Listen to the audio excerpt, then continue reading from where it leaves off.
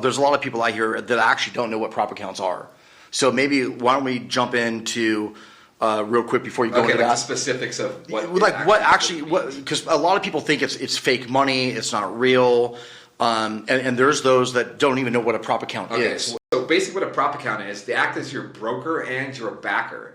So a prop account operates like a broker. It lets you trade fully on their capital, so sort of like 100% margin, right? And for that privilege, they take a cut off the top. So it may be 10%, 20%, 30% of your earnings they're going to take in exchange for allowing you to trade solely with their money.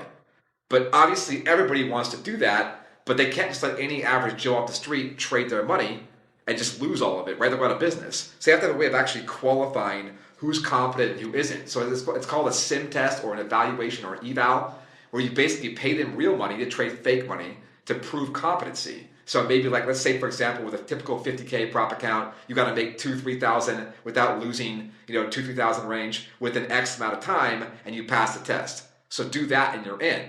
But now that you got your foot in the door, you're able to place trades with their money. If you draw down too much, typically usually 3 to 5%, they'll pull the plug. You're out. Game over. Start all over again at the eval phase. Right? So most people, and not on top of that, they have to also make money within the prop firm's rule set. Like for example, some make you trade every single day, some make you have more losing days or more winning days than losing days, obviously. And certain ratios can only come from certain sessions. So there's a lot of other rules stacked on top of just making money, which makes prop harder than trading your own cash.